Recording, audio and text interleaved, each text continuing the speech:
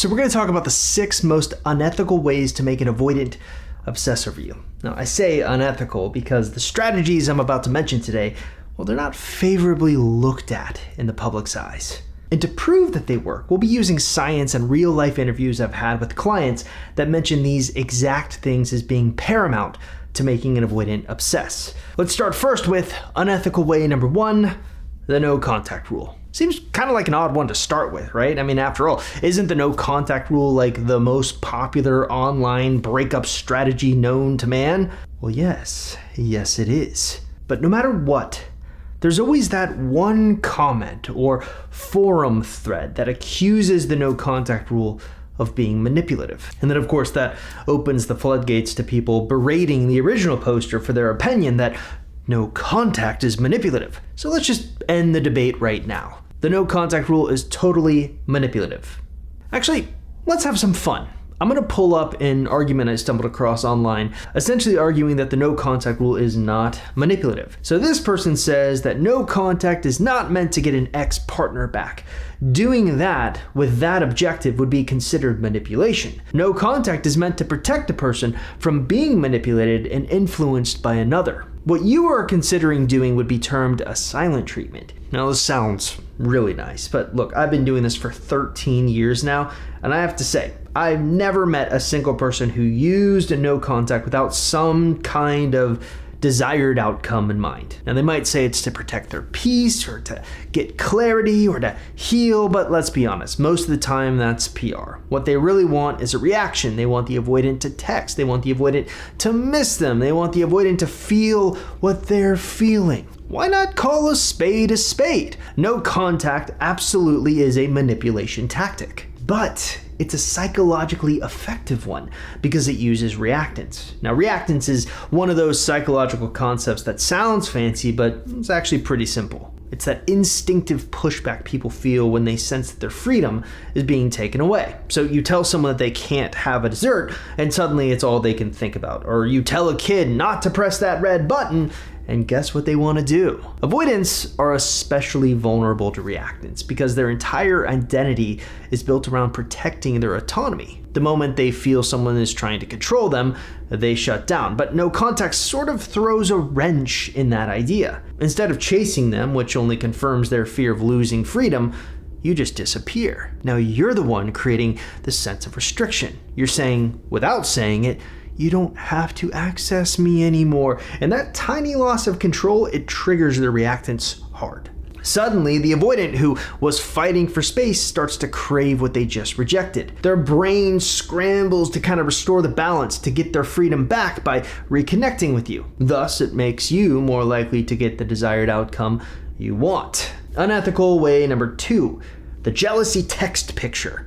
All right, in order to understand this one, you're first going to need to get yourself a copy of this book attached. Specifically, page 124, where it talks about something called the Phantom X. You've probably heard me talk about this before. Basically, it's when an avoidant is going to compare every new person to an old flame, an idealized version of you that only gets more perfect once you are gone. But, as is always the case with these type of things, an avoidant will only subscribe to you as being their Phantom X if they think you've fully moved on. That means if you're still chasing, still posting sad quotes, sorry to tell you this, but you don't qualify. You are not the Phantom X. But let's say you don't do any of that stuff and you want to use jealousy. Well, that's where the jealousy post comes in. Also, it's where you can kind of see the unethical element to this coming in. All right, here's how a jealousy post should work. You're going to use Instagram to your advantage. Now, the goal here isn't to scream, "I'm over you." It's to imply it. You're going to post this. Now, a couple of elements I want you to take note of here. We have a table, a couple of glasses of coffee, and an unfamiliar arm in the frame. That arm could be anyone. Could be a friend, could be a new lover. Doesn't matter. The point is, you want there to be this unanswered question always lingering overhead. You want your avoidant wondering if you are on a date with someone new. And no, you're not going to post a caption. You're not going to give any kind of explanation. You will simply wait as the avoidant drives themselves crazy trying to figure out who the owner of this arm is. Now, I can't take credit for this idea. It actually came from a client about 7 years ago. She posted a photo of food, no caption, just an arm in the frame, exactly like the one I just showed you an example of. Now, within 2 hours, her avoidant ex, who hadn't texted in months, blew up her phone. Who is this guy? Oh, you moved on kind of fast, huh? Let's just say that hearing that story pretty quickly taught me that avoidants don't obsess over the photo, they obsess over the ambiguity. You see, they can't stand not knowing if you're over them, if you've replaced them, or if they've lost control. That tension, that's the hook. It's also, again, a little unethical. But if you really want to hear the big kahuna idea of the unethical, let's move on to unethical way number 3, the being their method. Now, to be honest with you, I'm getting kind of bored of the whole idea of the Chris teaching style thing, so let's be a little tongue-in-cheek about this. I'm going to talk to you as if you're my client and I'm advising you, and we couldn't have picked a better unethical method to start with. All right, when an avoidant breaks up with you, one of two things is going to happen. They either completely disconnect by turtling, or they find someone else to move on to. Now, if they do move on to someone else, here's what you're going to do. You're going to use something I call the being there method. Now, this is a strategy I came up with where you don't completely vanish from your avoidant ex's life, but you also don't chase them. Instead, you just stay strategically present. You become this calm and grounded person that's always around. Oh, and more importantly, you're visible about it. You see, avoidants expect one of two things to kind of happen after a breakup. You'll either beg, cling, and try to pull them back in, or they'll expect you to disappear completely, making it easier for them to avoid their feelings. Now, the being there method kind of changes that. You're still in their orbit, through mutual friends or social media or casual contact, but you aren't trying to win them back. You've moved on. You're just friend-zoning them. This forces them to confront the reality of your absence without letting them fully escape you. Now, over time, this contrast creates curiosity within an avoidant. They'll inevitably start to wonder, wait, why aren't they chasing me? Sounds kind of great, right? I mean, what could possibly be unethical about this? Well, that's where the fun next little benefit comes into play. We're assuming that your avoidant has moved on to someone new, right? Well, you just being around creates tension in that new partner. Avoidants are often known for choosing anxious or insecure people after a breakup, and your calm, steady presence quietly irritates the insecurity within that new person, making the new relationship much more unstable. So if the person they're dating is, say, I don't know, slightly anxious, well, with you constantly being around, looking secure, your presence drives them nuts and they become more anxious, which just irritates the avoidant, making you look like the better choice. And boom, the avoidant breaks up with their new person and is drawn to you as the inevitable phantom ex. Totally unethical. But it works because it essentially weaponizes the way attachment styles interact. Now, I'm known for talking about how secure and insecure attachment styles are often battling underneath the surface. Either the secure person becomes more insecure, or the insecure person becomes more secure. Well, the being there method is widening the scope and including the avoidant's new person in that volatile cocktail. In other words, the being there method isn't just you versus the avoidant anymore. It's you versus the avoidant's new relationship, quietly testing which connection feels safer, steadier, and more real. So the other day, I'm scrolling through my community and I stumble across this post from one of our members. After 2 months of going on dates, I felt a bit more at ease. He asked me to be his girlfriend. So here's to a new relationship. Now, a lot of times when I'm doing an ad like this for the Seiter super offer, I'm only showing you the happy end result. Oh, hey, look, this person got their avoidant back. Oh, wow, this person is now engaged. Oh, now this person is married. And if that's all you saw, you'd probably think that this was easy. But here's the truth. It's not. Making an avoidant regret losing you or even getting over an avoidant takes real work. What you don't see behind these success stories are the late nights spent going through the course library and actually applying the strategies. The breakthroughs that happens when members partner with battle buddies for accountability and support. The live streams where they ask tough questions and get real answers. This isn't about luck.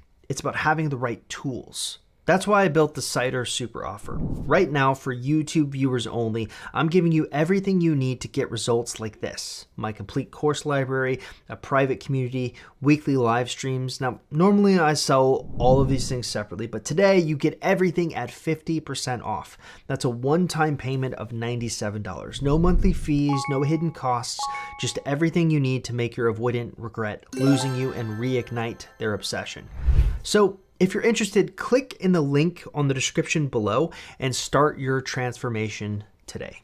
All right, let's move on to unethical way number 4, the half-story hack. I'm kind of feeling the whole speak to you as if you're my coaching client vibe, so I'm gonna stick with that. Now for this one, we're gonna combat a very widely known problem with avoidance. So let's say you're trying to get an avoidant to engage in a conversation with you, but every time you do, they disappear. Either through just not responding or seeming distant, or the dreaded one-word text response. Now, what do you do in this case? Well, that's where we're gonna employ what I like to call the half-story hack. Here's how it works. You're just going to allow a conversation to unfold.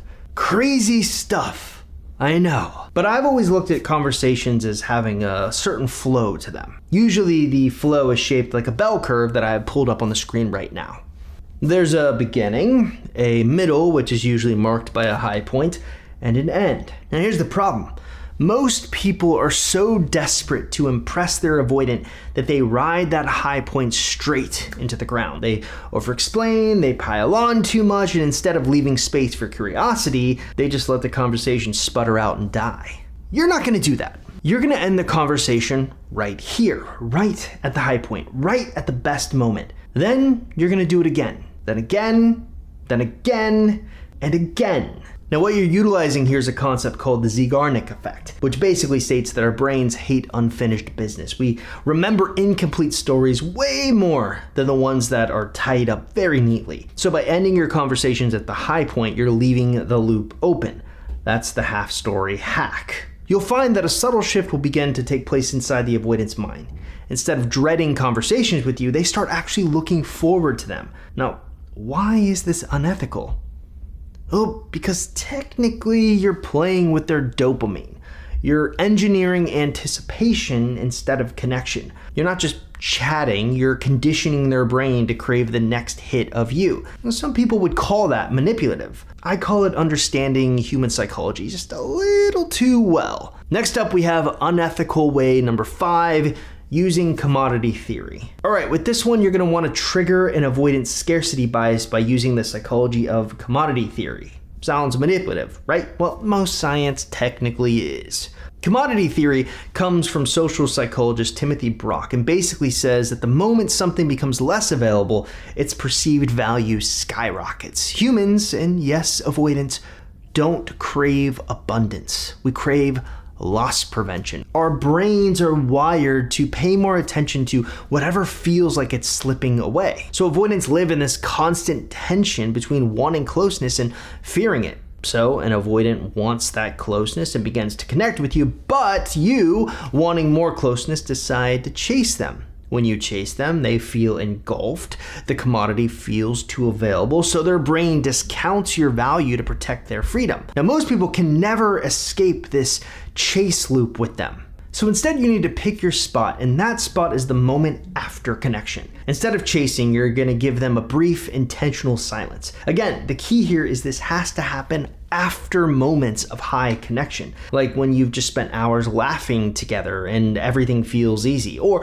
when they finally let their guard down and tell you something real about their past. Silence immediately following this moment creates space for their nervous system to process desire instead of threat. Now, the irony is that most people think silence pushes them away, but for an avoidant, silence is the space where love starts to happen. I'm not gonna linger too much on this one because the next one is super juicy. Unethical way number 6, avoidant gorging. All right, if you've never heard of avoidant gorging, I'm about to blow your mind. So as a baseline, you should know that within every avoidant lies this contradiction. They have this need for closeness, but at the same time, they never let anyone close enough so that they actually can experience it. This basically means that at all times they are at war with themselves constantly. And being at war with themselves creates this insane hunger for connection. So when they finally do meet someone new, someone who feels like that missing piece, they don't fall in love slowly, they're binging. They gorge themselves on the rush of validation, the novelty, the fantasy of being chosen. They text nonstop, they overshare, they fuse fast. But the moment their nervous system gets full, the moment real intimacy replaces the high of infatuation, their body interprets that fullness as danger. And just like that, the same person they were addicted to yesterday suddenly feels suffocating today. Now, what's really crazy about this is in the past, I've accused avoidants of doing this whole honeymoon hopping thing. Now, I want to pull up the avoidant death wheel to show this. In every relationship an avoidant has, there are essentially 2 honeymoon periods. One at stage 2, which is the traditional honeymoon period, and then one at stage 6, which is this separation elation phase. Essentially them celebrating getting their freedom back. That's right. The avoidant doesn't just binge on people, they binge on escape. They gorge on love until it overwhelms them, and then they gorge on distance until they feel alive again. And if you trace this pattern closely enough, it starts to look less like an accident and more like a strategy, because deep down, that first gorge is the very thing that guarantees the relationship will collapse later.